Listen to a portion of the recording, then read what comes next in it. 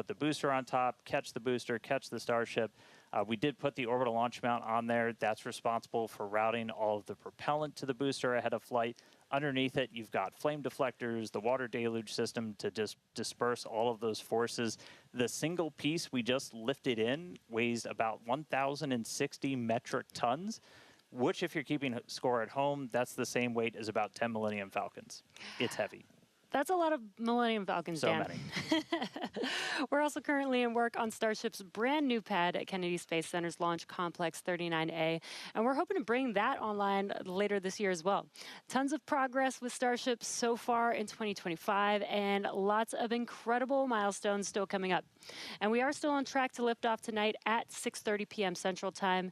And right now, it's time to say hi to Chris, who's over there repping the West Coast Ops today. How's it going, Chris?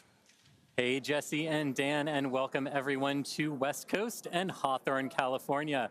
As you can see behind me, the crowd is gathering outside of our mission control room here in Hawthorne, and the excitement is really palpable as we continue to count down towards Starship's 9th flight test. Now, our mission control room here in Hawthorne usually serves as the mission control room for our Falcon and Dragon missions once they launch from Florida and California. Now, with Starship, all countdown and mission control operations actually use the same flight control team from the same location at Starbase, which you can see on your screen now. But as we develop a vehicle like Starship, we want as many experts watching over its various systems as we can. And that's what we use the mission control room here in Hawthorne for during Starship flight tests like today's. The folks in mission control, which you see now on your screen, are the responsible engineers for Starship's various systems. This includes things like booster systems, stage propellant, our ground stations, flight software, the loads, and the vehicle structures as well.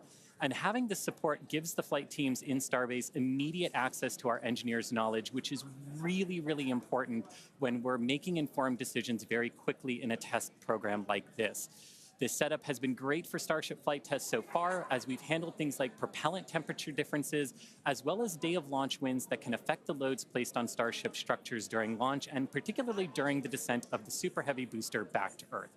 So having all of these responsible engineers ready to support is crucial during Starship testing, where we place hardware in flight conditions quickly to iterate and make the best and most reliable rocket that we can.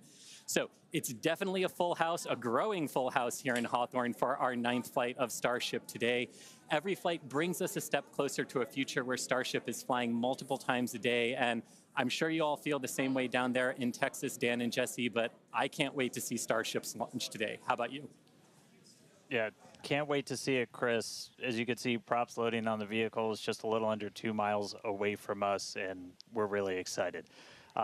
Looking back real quick, so back in March, Starship's 8th flight test saw us catch the Super Heavy booster for the 3rd time ever, another big step on that path to full and rapid reusability. Unfortunately, the Starship upper stage did experience what we call a rapid, unscheduled disassembly before it finished its climb to space, which meant we didn't reach all of those additional mission objectives that we had set. About 5.5 minutes into ship's ascent burn, a hardware failure in one of its sea-level Raptor engines took out that engine, the 2 remaining sea-level engines, and a Raptor vacuum engine. That's 4 of the 6 engines that ship has. This was a different failure than we saw on Flight 7, and the fixes that we put in place did work as expected. So this was a new issue on Flight 8. So welcome to iterative engineering. That's right. Losing hardware is a potential outcome of any test program. That's why we're always prepared with safety measures in place and also ready to have boots on the ground to assist with anything like debris cleanup. We can coordinate with all the necessary parties, organizations, administrations for safety in advance and in an ongoing basis during our test campaigns to plan for as many possible outcomes. Definitely do want to say thank you, though, to the people of the Bahamas, the government of the Bahamas, who worked with us so closely since Flight 8. We took full responsibility for the cleanup, and in doing so, we had people on the ground in the Bahamas within 12 hours to help with debris recovery. So all that said, we're moving forward in our development cycle with safety at the top of mind, and we fly again today to get this current iteration of ship to space and back. That's right. Putting hardware in a flight environment as frequently as possible, so you're seeing how things behave all together in the real world, then you're solving problems as they pop up. That's how SpaceX developed their very first rocket, Falcon 1. Same philosophy was used to develop Falcon 9. Today, we're looking to get our first re-entry with the latest iteration of SHIP, while intentionally stressing the super heavy vehicle during its return to get data on its boundaries. And by stressing, we mean that we'll be pushing the flight envelope of super heavy as we fly at a higher angle of attack during descent towards the Gulf. Angle of attack in this case means that super heavy is pitched up to maximize drag and slow return. Because of this test, we will not be attempting to catch and recover Super Heavy, which again is flying for its second time today. So for a brief moment, this booster will hold the title as the Super Heavy flight leader. That's right. All right. Lot still ahead for today. Let's get into it real quick with this overview. As always, everything starts with a liftoff. 33 Raptor engines igniting. Super Heavy pushing itself and Starship into ascent over the Gulf. It's going to continue for about 2.5 minutes before we get to hot staging. Ship will ignite its engines. Booster will do its boost back burn and begin its flight experiments back for a hard splashdown in the Gulf of America. Meanwhile, Ship continues its burn into space. And Ship will remain suborbital. We will be deploying 8 Starlink simulator satellites and then head towards re-entry. We'll relight a Raptor engine as well as test experiments during re-entry, such as missing tiles, metallic tiles, loading the vehicle's flaps, and then Ship will attempt a flip maneuver, and if all goes planned, we'll conclude the test with a soft water splashdown in the Indian Ocean. So that's what we have on the menu for Flight 9 today. Whole lot. Flight 8's RUD taught us new lessons about Starship hardware, specifically the Raptor engines. And as we touched on earlier, the root cause was traced to a hardware failure in one of Starship's 3 center Raptor engines. Yeah, just since that flight, we've done more than 100 long-duration Raptor tests at our facility in McGregor. Huge shout out to that team for really putting in the work to better understand what happened. As a result, the engines that are on Starship's upper stage on the pad right behind us have a few changes. One of the key ones we did was additional preload on some of the joints, essentially some additional torquing, a new nitrogen purge system for the engines themselves, and made some improvements to the propellant drain system. After our first ever Super Heavy refurb campaign, we static fired with all 33 Raptor engines. This was a chance to see all the hardware operating together, and for this flight, our teams had an opportunity to make adjustments or hardware replacements for this first ever reflight of the Super Heavy booster. And then it was Ship's turn. We took it through several static fires. First, we did this short duration single engine burn to simulate an in-space reignition of Raptor using those header tanks, those smaller tanks up in the nose cone. We also completed a longer duration 60-second burn with all 6 engines. So where you're really putting the entire propulsion system that's going to be used for the ship's ascent into space through the paces, making sure everything's working together before we go stack it on the pad.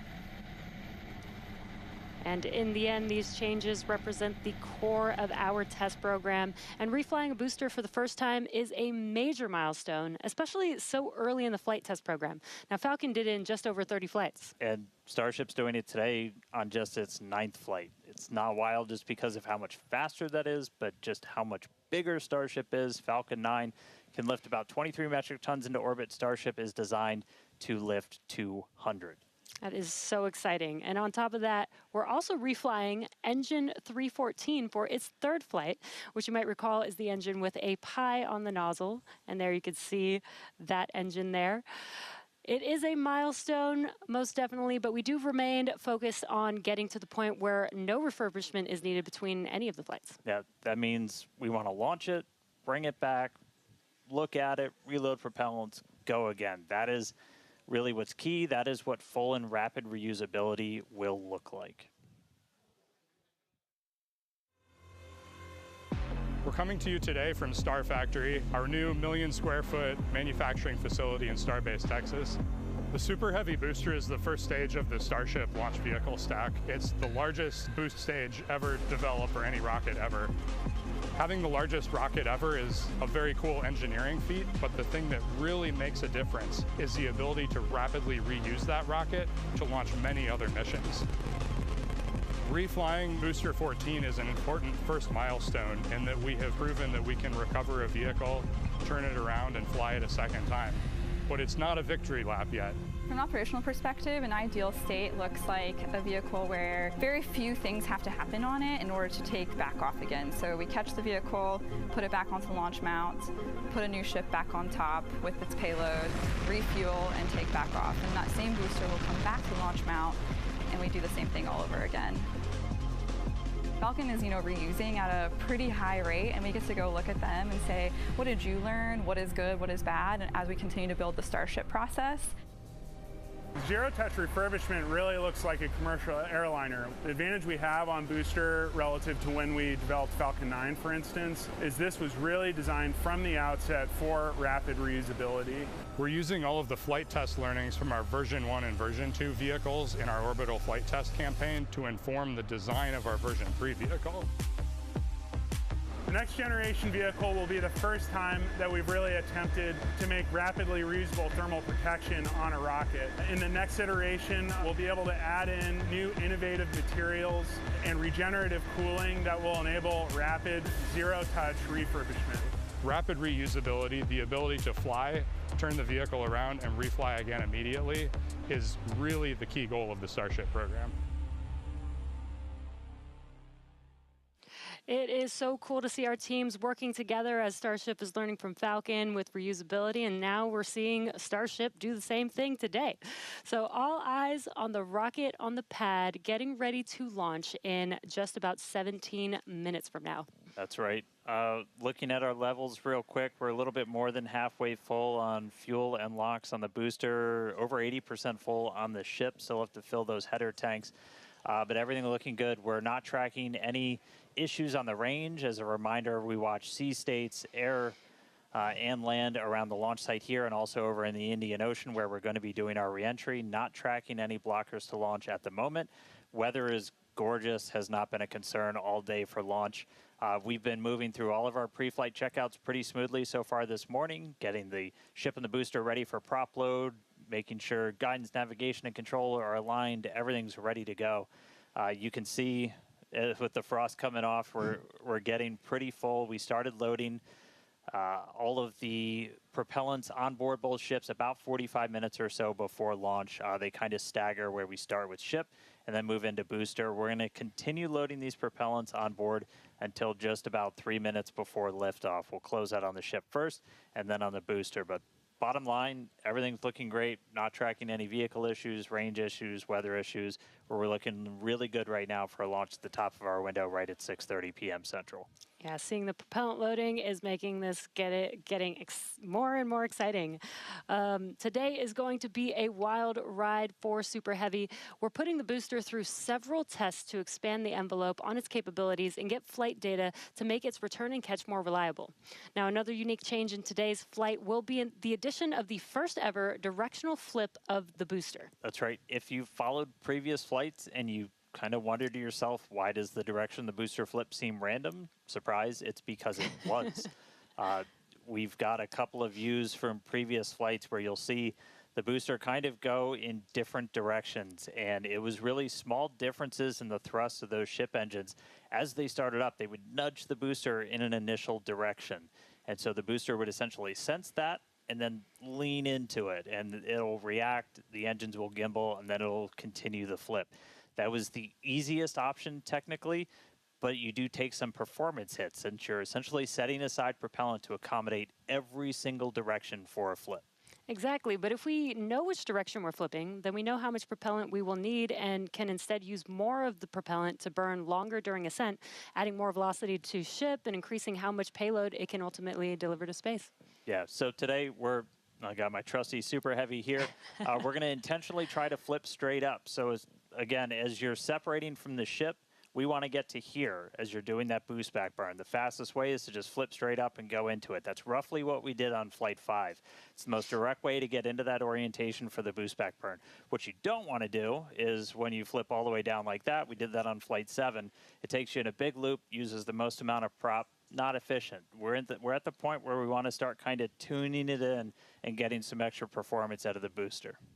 Yeah, exactly. That's called optimization. That's right. To accomplish this, we made some changes to the hot stage adapter, welding reinforced panels over the vents in the direction that we want the booster to go. So when the ship engines ignite, the thrust will push against the blocked vents, which means that the nudge will be in the direction that we planned for. And then when we go to the next generation of ship and booster, we plan to control the flip direction by fine-tuning the engine startup sequence on the ship. Yeah, that's not the only flight experiment that we have planned for the booster today. We're not attempting to catch, so we're going to try and gather additional data that's going to improve performance on future boosters. We're also going to try and see how resilient we are to things like losing an engine during the landing burn. By sending the booster out to sea, we're able to do these higher risk tests without risking the launch pad. As you might have heard earlier, we're going to be doing what's called a higher angle of attack. Basically, instead of coming straight down, we're going to tilt up a little bit. That gets you more drag on the booster. You're able to use just aerodynamic forces to slow you down. The slower you're going at the start of that landing burn, the less propellant you need, because really you're just focused on slowing down as much as humanly possible when you fire that up. So by already going a little bit slower, we'll get some benefits to our performance and our reliability on those burns. Yeah, exactly. And there's definite uncertainty in how well the booster's grid fins and structure will be able to control its flight when we get into higher angles. So don't be surprised if it isn't a smooth descent for the booster down to its splashdown point today. The most important objective of this portion of the test will be getting actual flight data to help anchor our models. Now, we're hoping to fly the next generation of super heavy boosters at even higher angles of attack. So this test today will give us a better idea of what is feasible. Now, on top of all of this, we're going to see how resilient Super Heavy is to engine failures at the most critical times. Yeah, we're going to intentionally disable one of those 3 center engines and instead use an engine from the middle ring that's kind of right behind it. Those center engines are what we nominally use at the very last part of a landing burn, as you're just kind of fine-tuning the booster's path into those waiting chopstick arms. This is going to act as a real-world simulation of a pretty scary situation where engines are not starting at probably the worst possible time, but we're going to do this without risking the pad. And then, at the very end of the landing burn, we're going to cut one more engine off and go down to only those 2 center engines. The burn is going to end while Super Heavy is still several hundred feet above the Gulf, so we expect it to make a pretty hard splashdown today. So, in all, pretty eventful day for the booster. And as many of you may know, water landings are actually uncommon for SpaceX. While other launch providers expend all of their boosters after flight, we land and reuse most of ours. All of these tests are going to help us improve future generations of Super Heavy until we reach its fundamental design, a fully and rapidly reusable and reliable rocket. All right, let's check back in with Chris in Hawthorne. How's it going, Chris? Hey, Jesse, my colleagues here in Hawthorne definitely agree with you. We can't wait to see the Super Heavy perform its second flight and see all of the work from our thousands of engineers and technicians in action today. Now, while this reuse milestone is incredibly important for Starship's development, Super Heavy boosters are not the only vehicles that we reuse here at SpaceX. We're big on reuse, and our Dragon fleet is another example of that reuse. And we actually control those Dragon missions from right here in Hawthorne in the mission control room that we talked about a little bit earlier. For Dragon and our human spaceflight program, this month also marks a big milestone for SpaceX, our 5-year anniversary of human spaceflight. Now, NASA astronauts Bob Behnken and Doug Hurley got us started back on Demo 2, which was notable for being the first time since the retirement of the shuttle program in 2011 that people launched to orbit from U.S. soil. Now, in those 5 years, we have launched 17 human spaceflight missions, 11 for NASA, and 6 commercial missions, including Polaris Dawn, with our first commercial spacewalk in history, and From-2 earlier this year, which became the first human spaceflight mission ever to explore Earth's polar regions. We've flown a total of 66 crew in those 5 years, and we are expecting that number to grow significantly in the coming years. Now, most recently on our From-2 mission, the crew offered unique glimpses into the orbital spaceflight experience. And this was honestly just so cool to see. Thank you to our Starlink teams for making everything with the From-2 crew shared possible. This honestly made me feel like I was right there with them in Dragon. They were living, they were working, they were relaxing, they were doing their experiments while also having fun. Basically, just being people and inviting us along for the ride. And that was really meaningful. being invited up there really showed how these are just the early days on the road to making life multiplanetary. And the vehicle that's going to make all of that happen is Starship. And Dan and Jesse, I don't know about you, but that is definitely a future I have wanted since I was a little kid, and I cannot wait to see us make it a reality. Yeah, right there with you, Chris. It's the fact that we're getting close to that being reality, that the vehicle that's going to go is sitting on the pad right there. Like, that's endlessly exciting. All of that's going to include sending humans, all of the infrastructure for a permanent presence on Mars. And we're looking ahead to sending the very first Starships to Mars as early as next year. Yeah, this will help prove that we can actually get to Mars with a focus on learning as much as possible while demonstrating what will be needed for Mars transit and landing. But before we can make life multiplanetary, we have to build the starships that will make this all possible. That's right. And that's happening right here, Starbase, Texas, the gateway to Mars. This is where we're soon going to be launching up to 25 Starship launches per year from here at Starbase. And the place is changing every single day. We've grown quite a bit just in the last couple of years. There's a couple hundred employees, their families living amongst actual rockets. We're in the process of expanding production and integration. We've got a target of 1,000 Starships a year we're going to try to hit.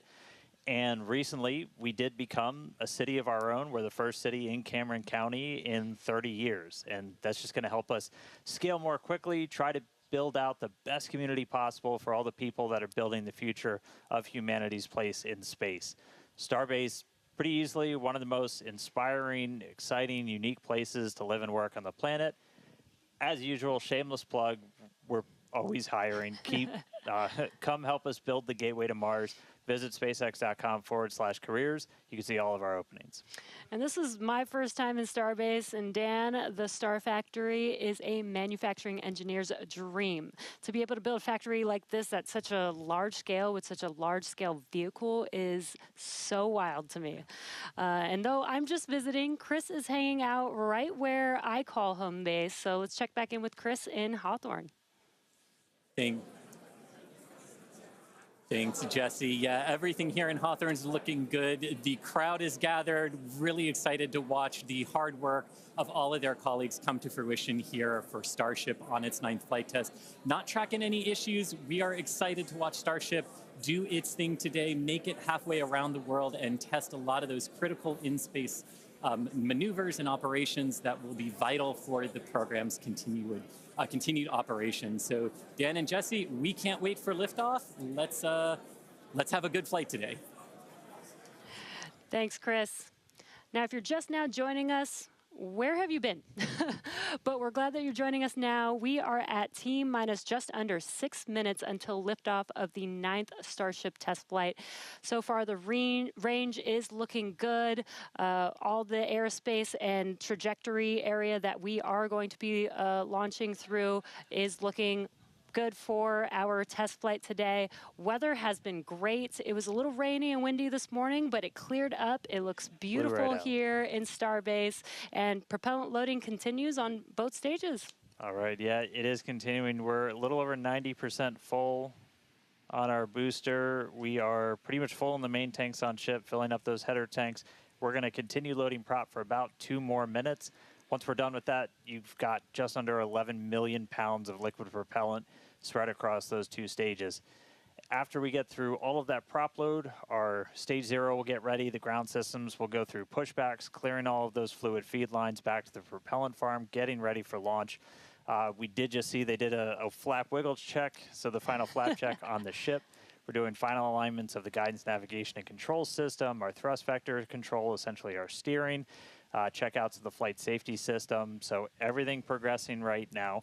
If we do need to hold, that can come at T-minus 40 seconds. That's a point built into the countdown where we can pause to wait for any final checkouts, pressurizations, anything that we need to complete. We can hold there. We will only hold there if we're tracking an issue. We're not currently tracking anything that will hold us at T-minus 40 seconds.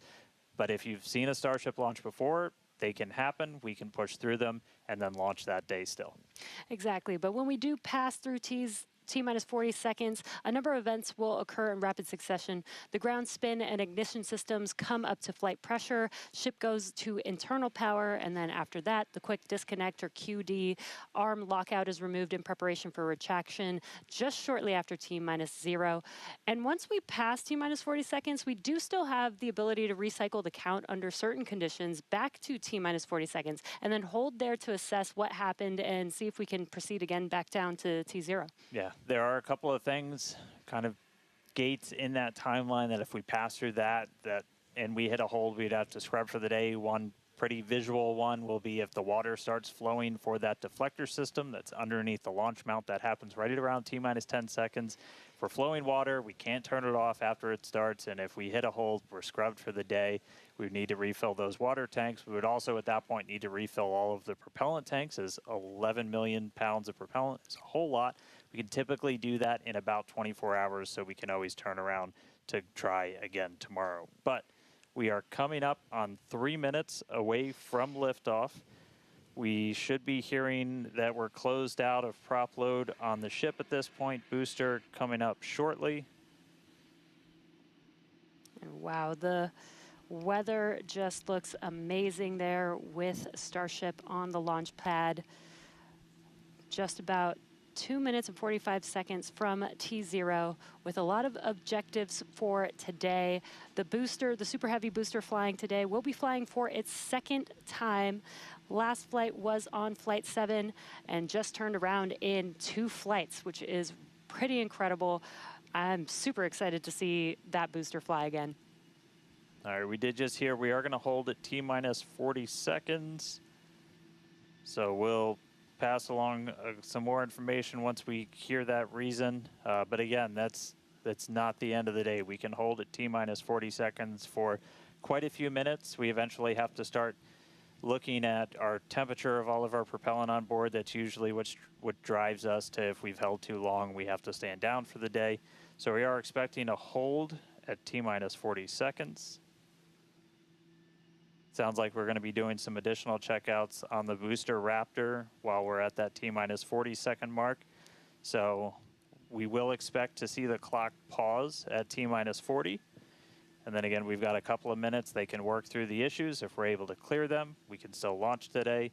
If it's something that we can't, we can always stand down, turn around, recycle, fly again tomorrow. Again, that's really important. This is what terminal count is exactly for, is to be checking the vehicle, monitoring the vehicle systems as it makes its way down to T0. And again, this gives us the ability to catch anything and be able to hold, as Dan has been saying, and recycle if we need to, or pause so that we can work through those issues and see if it's something that we need to stand down for. And as Dan mentioned, we will be holding at T-minus 40 seconds, so in about 20 seconds from now. Yeah, so we'll hold there, and they'll work through these final checkouts on, sounds like just one of those Raptors on the first stage on Super Heavy, which, as you said, we're reflying it for the first time. 29 of those 33 engines have already been used in a launch, one of which has already launched Twice, and twice, will go for and its is getting ready for its third time. Right. And you just heard our flight director for the day, Joe Sliker. He just shared that we are going to hold at this T-minus 40 second mark. Keep an eye on one of those Raptor engines on booster.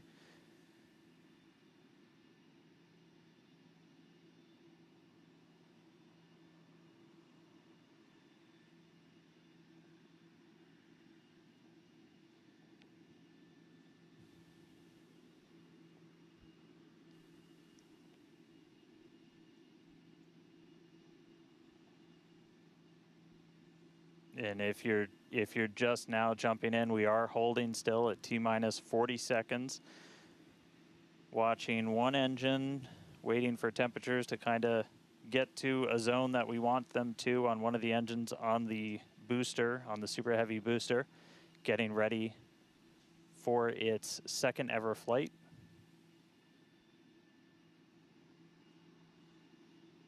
We'll just continue to hold. Again, we can hang out here for several minutes. We held for a while on the first attempt last time and then cleared it, and then we triggered a different issue on the ground side. But again, this is exactly what it's for. This gives us the best chances at success. And the clock is rolling. There we go. All right. T-minus 30. Let's listen in. Watch that first flight proven super heavy. Get ready to take off from Starbase.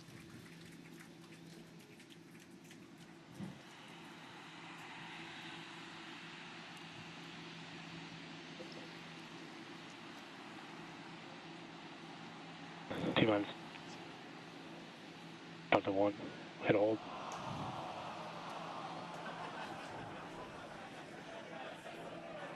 We did have a hold, and looks like the clock jumped back to T-minus 40 seconds.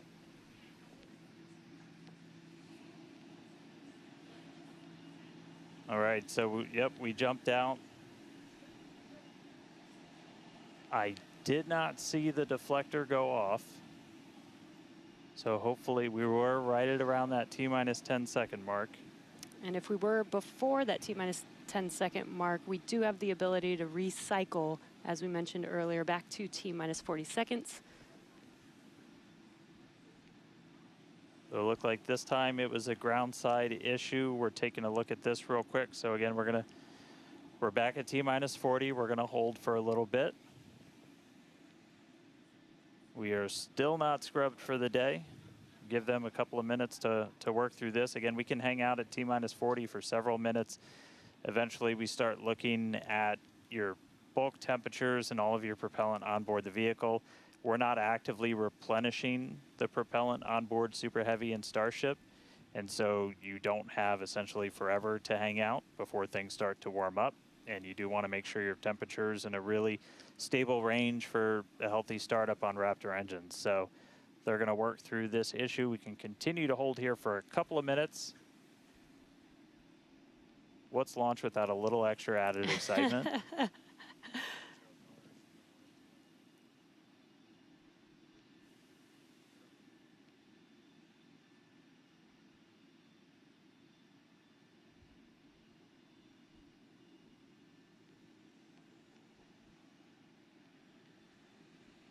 All right, so cumulatively, we've held for a little over 3 minutes between the two holds.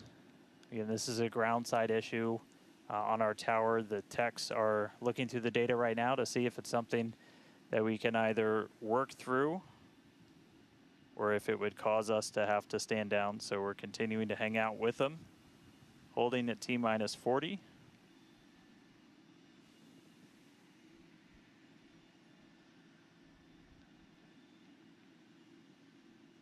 If you're just joining us, we did initially hold at T-minus 40 seconds. We continued the count, but recycled before we got to T-minus 10 seconds.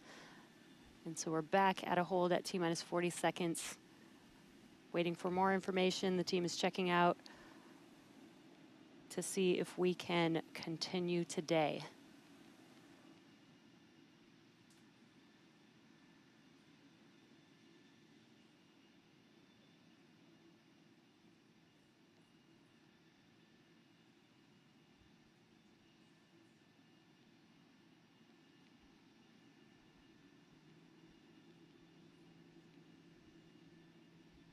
And we're continuing to hold here at T-minus 40 seconds. We've been holding for just about 5 minutes now as the teams evaluate if we can continue to T0 for Flight 9.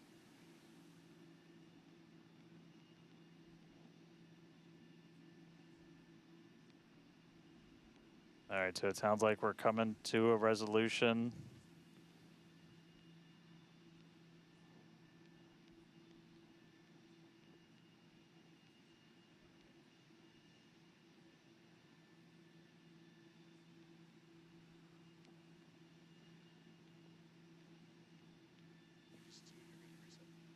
All right, so we are getting to a resolution. We're going to reset everything.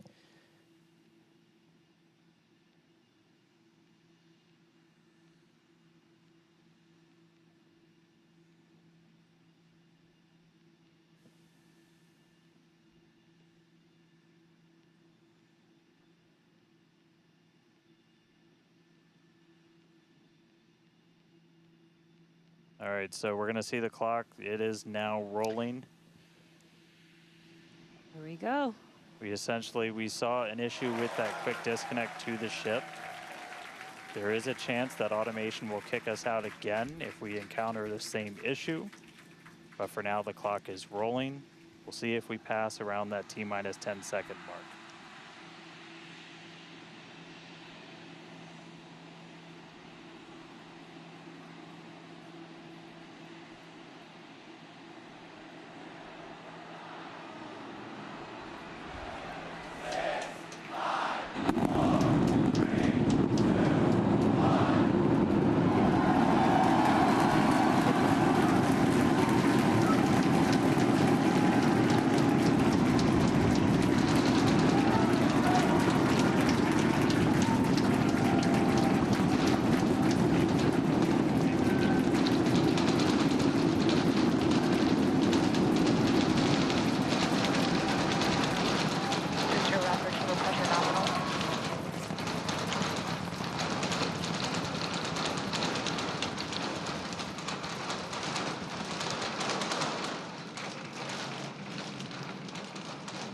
T plus 40 seconds, it's one hell of a sight from here. We see it arcing right over top of us. We see 33 out of 33 Raptor engines lit on Super Heavy as it starts to ascend skyward.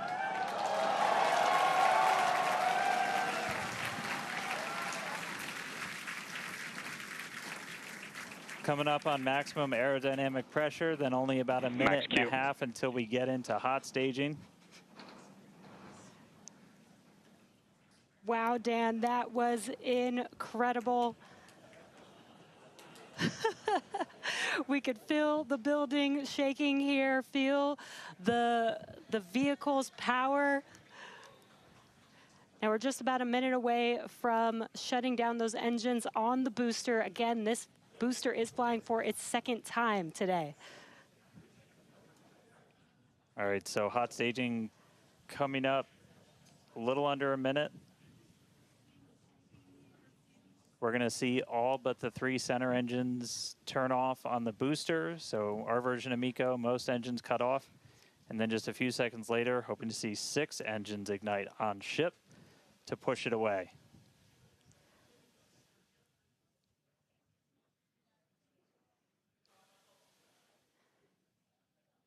All right, hot staging, about 30 seconds.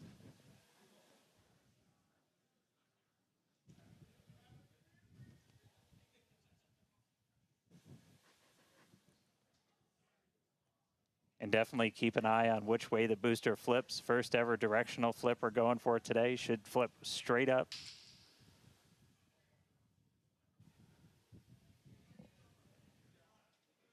See those engines powering down? Booster engine cutoff. Ship ignition. Stage separation. Incredible flip by Super Heavy booster, and you can see those 6 engines, those 3 engines on the ship ignited. 6 healthy Raptors running on ship, on its way to space. Peek that engine view. Booster doing the boost back. Chris, how's it looking over there in Hawthorne, man? It is looking... Chamber pressure is nominal. It is looking absolutely incredible here in Hawthorne. As we said, 6 healthy engines on ship. We've got 13 out of 13 engines on the booster. Now down to those 3, which is what we expect in the final moments of the boost back burn. Now, as a reminder, we are not recovering the Super Heavy booster today. We are instead going to do some... Boost shutdown. And there we had a good shutdown of the boost back burn. Next up will be the jettison of that hot stage Ship ring. avionics power and telemetry nominal. Great call out there that everything looking nominal aboard the Super Heavy vehicle, which is returning to Earth, and we're going to be doing some experiments with it, including a higher angle of attack re-entry, as well as some engine tests as it gets closer to the Gulf. We are, again, because of these tests not recovering it, we are sending it to the Gulf on purpose to do those tests. But again, you see the booster on the left-hand side of your screen. You see ship with 6 healthy engines continuing its ascent to its planned suborbital trajectory. Everything going very well so far for Starship's 9th flight. Now 4 minutes, 15 seconds in. great views from inside of the aft engine area of ship there, looking at those 3 sea level and 3 Raptor engines on the right-hand side of your screen. The booster doing its LOX dump, that liquid oxygen dump. So because we don't need some of that liquid oxygen propellant in its tanks, we vent that propellant out to lessen the booster's mass as it comes in for its landing. Just absolutely gorgeous views watching these two vehicles do their respective things in the skies over Texas here today. And Dan, we're approaching the 5-minute mark into the flight. Super Heavy is descending rapidly. What can we expect here in the next few minutes as it does its atmospheric tests?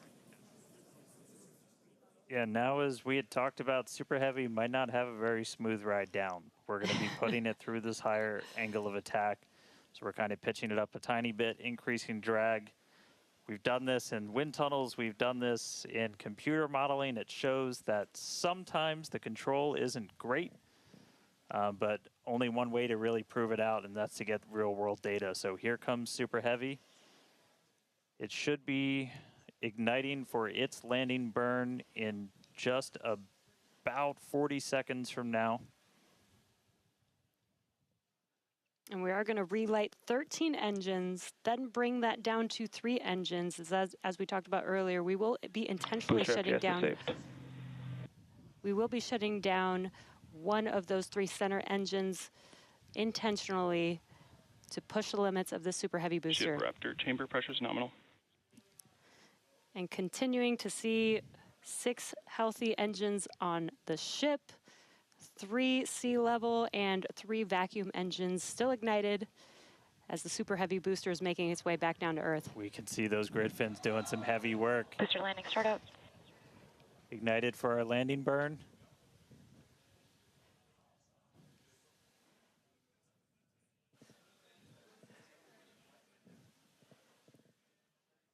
It may have ended with that landing burn. Does look like we lost telemetry from the booster once we started into that landing burn. Did you hear confirmation that the booster did demise? So the booster's flight ending before it was able to get through landing burn, but again, we are not bringing that back. We were expecting it to make a hard splashdown in the Gulf.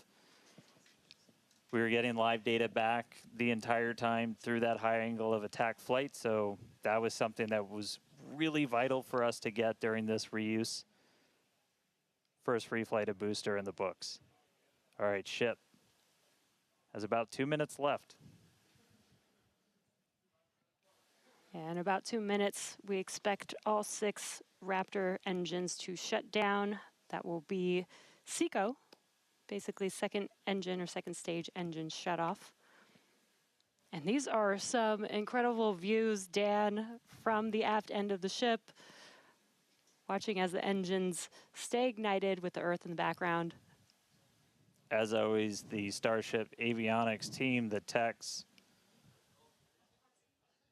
I think we just heard the booster. But all right, we got about a minute left into this burn. All eyes definitely on ship as we get through the final stages into its ascent. We're expecting it to start to cut those engines off in about 45 seconds.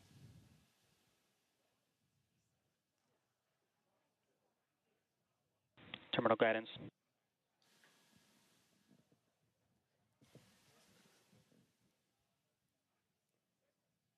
All right, just about 30 seconds to go.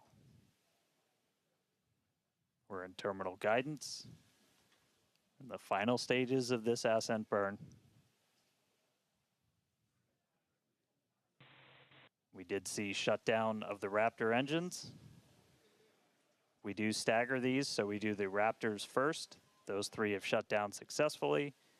Sea level's still running. Ship engine cutoff.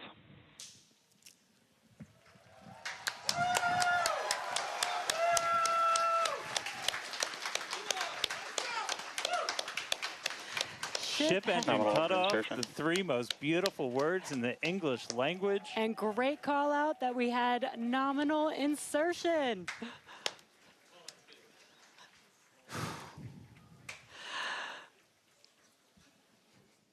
An incredible flight test so far today. We reflew a super heavy booster for the very first time in 9 test flights. Ship is in its orbital trajectory. Again, it's going to remain suborbital for its mission today.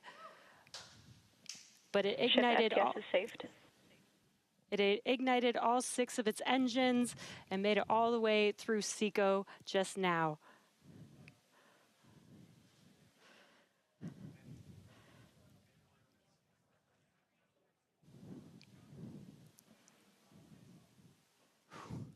What a moment. Incredible. All right, And but I we got mean, that's, still lots to come for the rest of this flight. Per usual, I need to collect myself. Hey, Chris, how's it going over there in Hawthorne, man? How's everybody doing? I think the elation and the excitement and the happiness at what we just saw achieved carried through across all of our sites. What an incredible view to see Starship back orbiting the Earth just under 11 minutes into our mission. Absolutely exciting to see all of this, and super pumped especially to see all of the team's hard work in action here today. As guaranteed, it has been an exciting evening so far for Starship's 9th test flight. We lifted off a little bit after 6:30 p.m. after a couple of holds that were triggered at the T-minus 40-second mark, but we were able to clear those, one on the Raptor, one on the tower, and we were able to lift off successfully from Starbase. 33 out of 33 Raptor engines lit on the Super Heavy, all 6 engines lit on Ship, bringing it to its planned suborbital trajectory around Earth. But as Dan said, we've got a lot still coming up in our flight sequence. So coming up at about T plus 18 minutes, 26 seconds, we'll have the first deployment of simulated Starlink satellites planned from Starship. That will be followed at about T plus 37 minutes and 49 seconds by the relight of a single Raptor sea level engine in space. This is going to help us gather data on our ability to do a deorbit burn for future Starship missions that will go orbital. And then, of course, one of the biggest tests yet to come is the new heat shield modifications to Starship. And that'll start with re-entry into Earth's atmosphere at about the T plus 45 minute mark, which should take about 16, 18 minutes to complete. And now today's reentry is going to test that heat shield like we said, specifically how Starship will hold up to 100 missing heat shield tiles on its thermal protection system. Now, we purposely took those 100 tiles off over very critical areas of the vehicle to be able to safely test on a flight like this suborbital trajectory into the Indian Ocean what might happen on an operational flight in those areas if we were to lose the primary heat shield tile over Starship. So very critical test coming up. And then after that, we'll have the final descent where we will again be pushing Starship to its limits. We definitely pushed the booster to its limits today to gather data, and we're going to be doing the exact same thing on that ship, seeing how the ship handles various flight conditions that we will need it to fly in as we look to one day soon bring ships back to Starbase for catch and reuse. Now, while there are payload simulators on Starship for deployment today, as we will see in a few minutes, the primary data and the primary payload for today is the data. And today, just like with Starship's previous test flights, that data is coming to us courtesy of our Starlink network. In fact, it is from Starlink that you are seeing these wonderful views of Ship in space right now.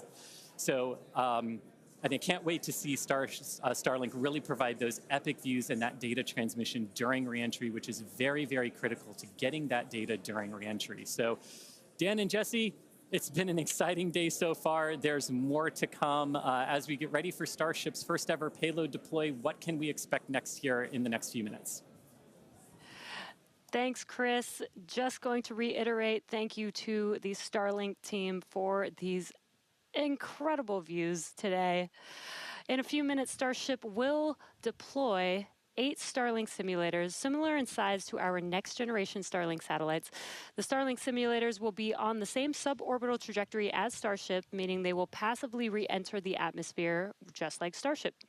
With tests like these, we can see how Starship's payload deploy systems work in flight while ensuring that these simulator satellites pose no safety risk to people on Earth or for other satellites in orbit. Now, this also ensures that any parts of these simulator Starlink satellites that do survive reentry splash down harmlessly in the middle of the Indian Ocean. And then before we get there, though, we're going to have to open up that payload deploy door. So we've only ever done that one time before. Pretty sure it was Flight 3. Someone on the internet, please check me. But that was the only time we ever opened it. And we've had Starlink simulators on the last 2 flights, but we haven't gotten to this moment yet where we're able to open up the payload door and start deploying these. It's going to be pretty cool. We've got them stacked inside of the Starship payload bay, and we'll have potentially a couple of views. You saw one camera pop up. Oh, there we go. Look inside of the payload bay of Starship. You can see them stacked down in the middle of your view. There's kind of 4 on either side, so they're sandwiched on top of each other, a stack of 4 right behind each other. And then we're going to pop the door open. It's on the right side of your screen, so we'll see that open up and then start firing those Starlink simulators out into space. We are expecting the payload door to open in a little over a minute from now. And then once that payload door is open, about a couple minutes later is when we will start dispensing those Starlink simulators. That's what a great right view. at the bottom of the stack. So should be able to see them kind of firing out from right there. So really cool. And eventually these are going to carry dozens of the next generation of Starlink satellite into space, and those are going to enable some truly insane things in terms of speeds from space and what we're able to do. Starlink's been really great for Starship, obviously. Getting live video back is really cool, but just the amount of high-speed telemetry, everything we're able to get back is insane. And for a development program, that's kind of everything. We're in excess of 130 or 160. My numbers are fuzzy right now, just like my brain is. But well in excess of 100 megabits per second of downlink. And a lot of that gets eaten up by video. We've got dozens of cameras across Starship. We added several more. For this flight, you saw a couple of those as we have essentially 360 degrees. Oop. Open the pod bay door, Hal.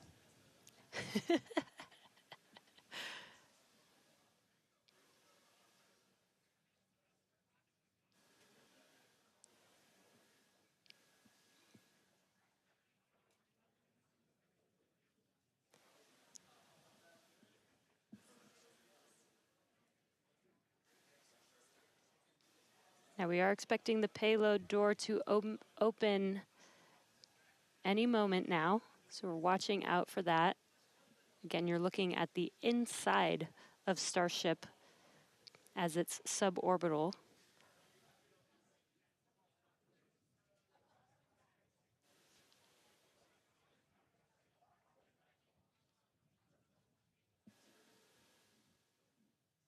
Well, we heard the door open was in progress. It was unable to actuate all the way open, so they are going to close it back up. Hal told me no. He said, I'm sorry, Dan. Can't do that. Looks like we won't get the door open today. But that's okay. This is obviously a test we want to be able to do before we're deploying full-on Starlinks. But the real focus for this, now that we are in space, is getting to that reentry. That is the most critical phase of Starship that we still have to prove out.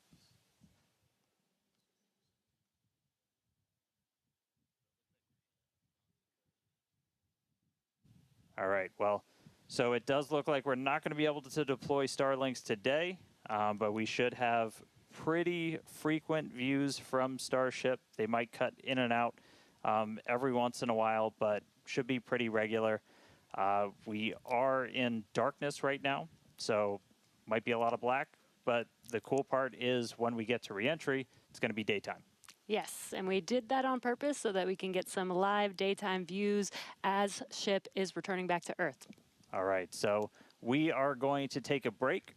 Enjoy these views as we get them. Enjoy the tunes. We'll be back in a couple of minutes when we get ready to relight one of those Raptor engines on orbit. See you soon.